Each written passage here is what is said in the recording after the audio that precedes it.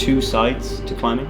There's going out and experiencing nature and just finding this like internal progression and measuring yourself against yourself. It's very mindful and peaceful. And then there's this other side of competition climbing, which is very different. Good morning and welcome to a very sunny Sheffield. This is the La Sportiva British Bouldering Championships.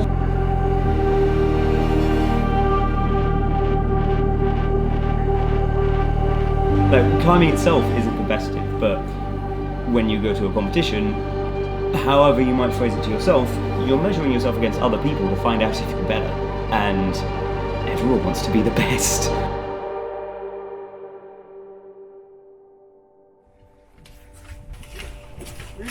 Okay, still successful, we haven't got a ticket. Obviously no one enjoys it when a comp goes badly. And I've had it so many times, especially with the British Championships. Like, I've done it for 10 years, and every single year, as with everybody else, I'll list off this whole load of stuff of, oh, if I hadn't slipped at that moment, or if I'd just remembered to chalk up, if I'd just done this one thing, I would have got that hold, I would have got one more point, and then I'd be in finals, and I could have really proven myself. And so it always feels like, oh, you're like just there, you were so close. And it's really hard to concentrate when you've got a time limit and everyone's yelling at you, and this is your one chance in the whole year to like really show what you've been working on. And I think that's kind of what I like about it, is like, if you're saying, yeah, okay, I'm really good at climbing, I want to prove it, then prove it. You've got 5 minutes right now on this boulder, this is it. And when it goes badly, it's horrible, and it feels like all your work was wasted, and you feel like you're wasting your time completely with all this climbing stuff. And then it goes well sometimes, and it just feels right. Second exit on the next roundabout, Thank you. slowing down, so that's important.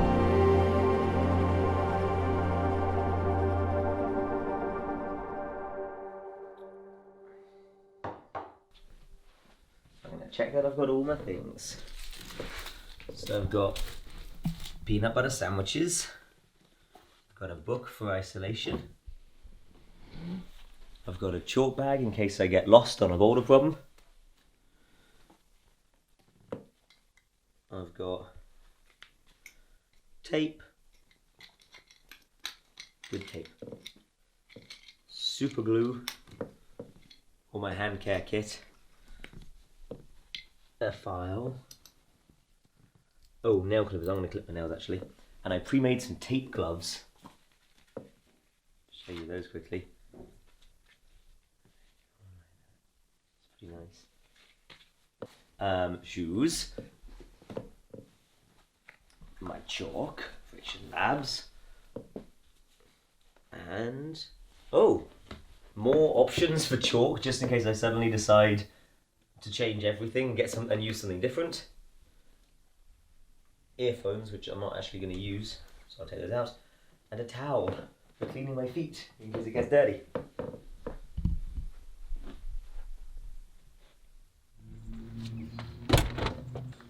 And scramble it. There. Okay, everyone in.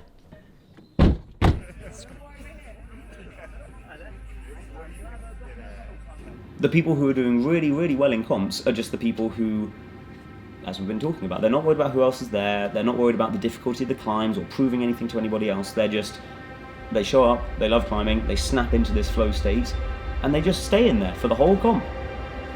I've had it happen once, but never quite managed to have that happen at exactly the right moments. I've had it every now and then where I just felt like I was actually concentrating and climbing my best on every problem.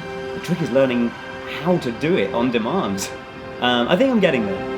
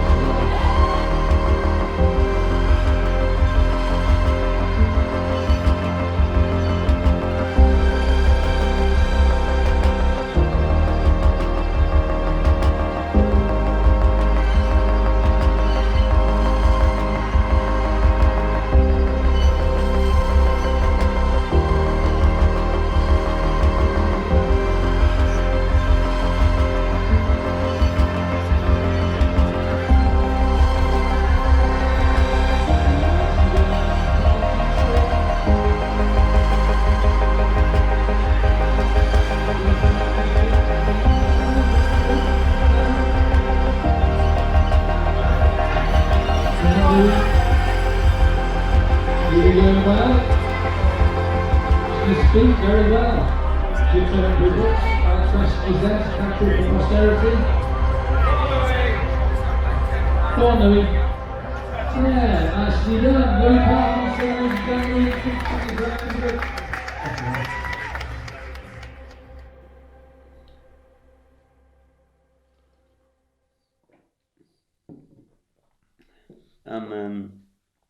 I was thinking back on mistakes I made yesterday and what I can do better today, and it's mostly the one climb that I didn't do, I think main reason I didn't do it is I just didn't try anything different at any point. I just tried the same thing over and over again. Like a billion tries, and at no point did I try anything different. The really annoying bit is the way to do it was you were supposed to reach down and grab the foothold, and when I was standing on the floor, I grabbed it and went, oh cool, you can hold it, and then never thought to actually grab it while I was on the climb. So so if I'm struggling, I'll try and do this today. If I'm getting absolutely nowhere, or if I'm getting a bit stuck, I need to remember to try something different.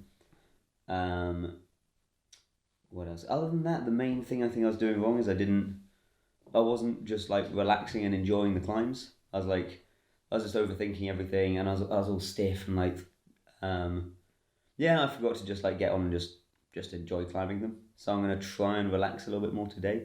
We were talking with Alex Waterhouse and Billy Rydell when we were having dinner last night, trying to work out who are the people who are going to make finals.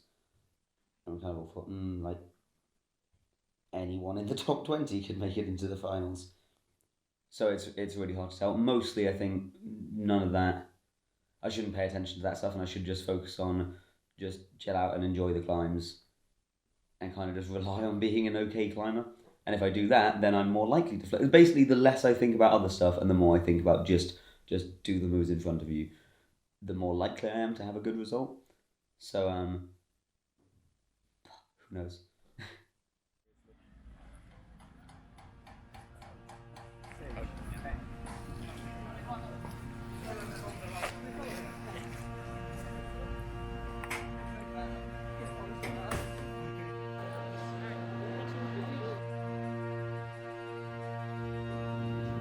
I guess, officially my aim is I want to make it into finals. I've never made finals before. I've come really close a bunch of times. I feel like I can manage it this time, especially because I'm now just older and more experienced and wiser. And I've had it before where I looked back on the results and realised, oh, that could have been the one. I was like on track with my score in the semis, but I gave up halfway through because I got so frustrated because I already thought I'd blown it. And now that I look back on the results, I realise, no, I totally hadn't. I could have just carried on, got a couple more points, and that would have been the year I was in finals. Really though, I want to win, that's the dream. I've said that that's my goal for a long time. I'd love to be British champion, but I think maybe that's also one of the barriers to me winning, is it doesn't feel like a possibility. Really, I am just going to... it would be a dream come true. It would really be like... I've got 3 goals with my climbing. That would be a huge one ticked off for good. I could die happy. I'm not planning to. Now we really are moving into the stronger part of the field. Obviously the field is coming out in reverse order, and this man is a relatively well-known person in the climbing community. His nickname is Captain Cut Loose. That came from the days when he used to struggle to really keep his feet on, but he's definitely put a lot of time and effort into his footwork, so we shall see, will it stand the test of time in this semi-final here in Sheffield.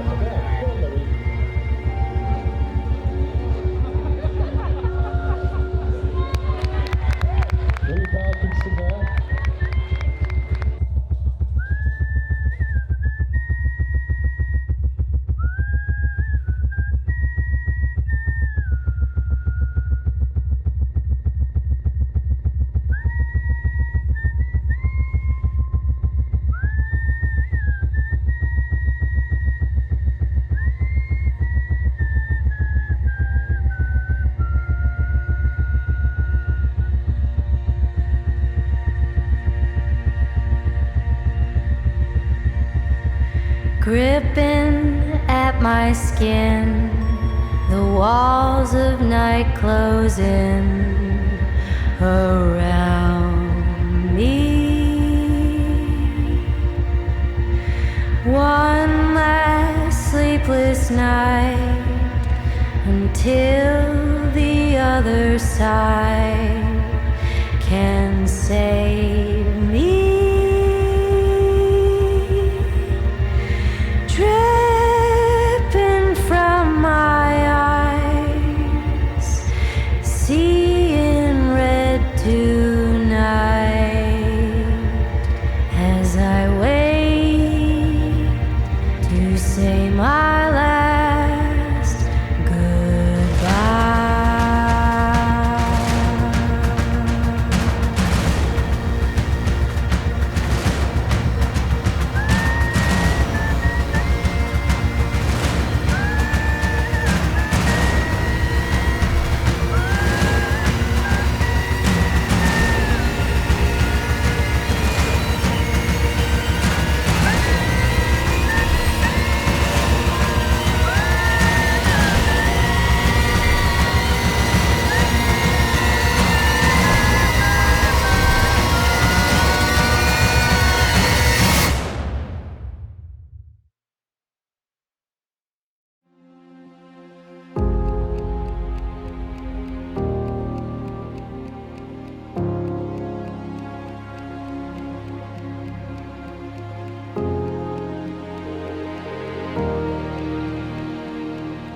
Welcome to GiftGap's voicemail. The person you're calling can't take your call at the moment.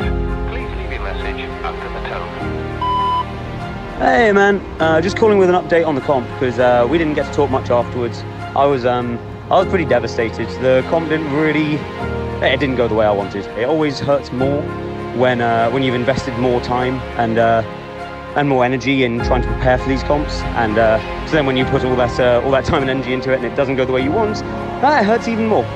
So yeah, I've thought about it for a while, and I've got a few definite lessons that I've learned from this experience, and so now I guess I'm just looking forward to another hard year of training and coming back next year even stronger and smarter than before.